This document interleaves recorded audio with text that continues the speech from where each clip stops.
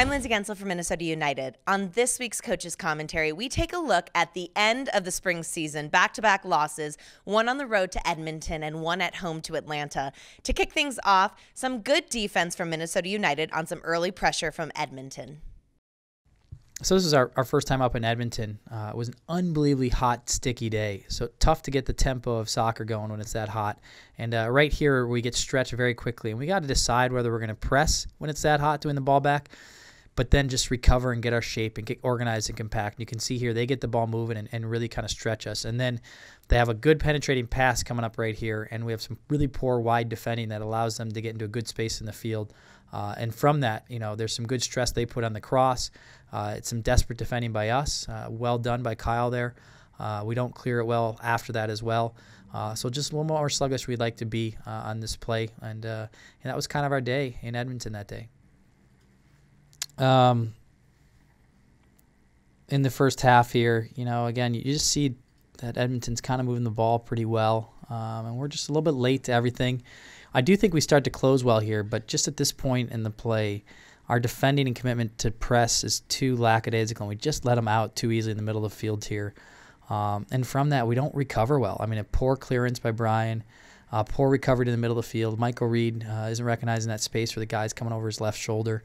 We're stretched, and poor defending leads to a good cross and a good finish by them. So credit to them for the finish, but again, our recovery defending was very poor there. Down 2-0, we got to get at them, and I think this is a nice build-up here, starting to move the ball. Really good penetrating pass, and it was important for Pablo to keep that ball because, again, that really puts them in the middle of the field and opens up the play wide.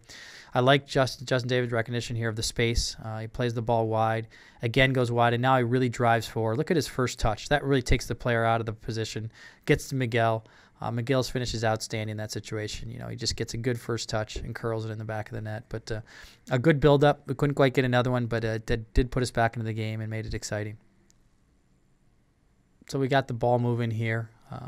Good check by our player to get the ball, turn and receive.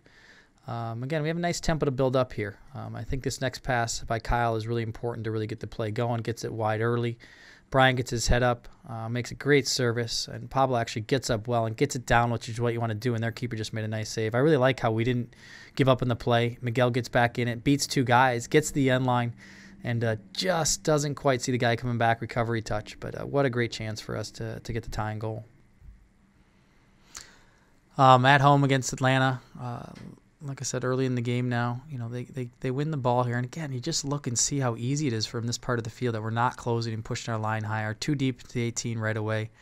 Some nice skilled players here. And if you give them that time and space, they're going to now start using the ball well where we're pressed back. Certainly Brian Coleman gets beat here with a good meg by Randolph and draws the free kick. To me, poor defending leads to a free kick, and this free kick led to the goal. So, this was, not our sharpest moment in the game.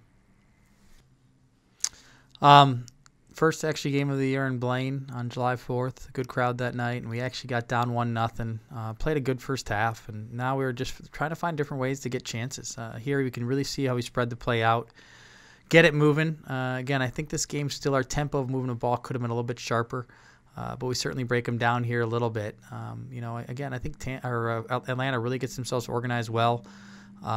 I feel like this cross coming up here and chance by Pablo, although it's a good one, it's a big ask for Pablo to put that in the back of the net. He's really not attacking the ball. He's reaching back, trying to head it. So to me, that was just kind of a half chance after a decent build-up. So we're really trying to press, get an equalizer. Obviously, down 1-0 still. Lose the ball, but we win it back right away. Those are always great times to try to get waves of attacks. And, Kyle here really pushed the tempo to say, hey, let's get this ball moving, try to see if we can get some bodies in the box. And, the ball goes wide here, and we have 3 or 4 players just really trying to get into the box. Unfortunately, 2 things I don't like. I didn't think the cross was that clinical, but also there was no near post run. If a guy gets across the near post, that'll open up the chance for the near post and the far post, ironically. But really some poor decision making in terms of the runs in the box there to be hungry to get the goal.